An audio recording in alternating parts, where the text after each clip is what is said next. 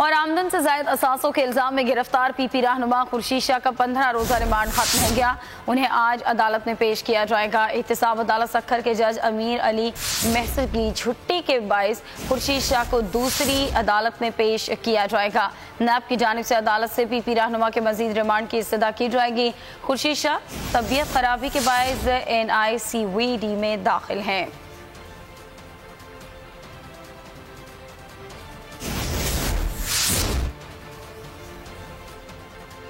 और आमदन से जायद असासों के इल्जाम में गिरफ्तार पीपी रहनुमा खुर्शीद शाह का 15 रोजा रिमांड खत्म हो गया।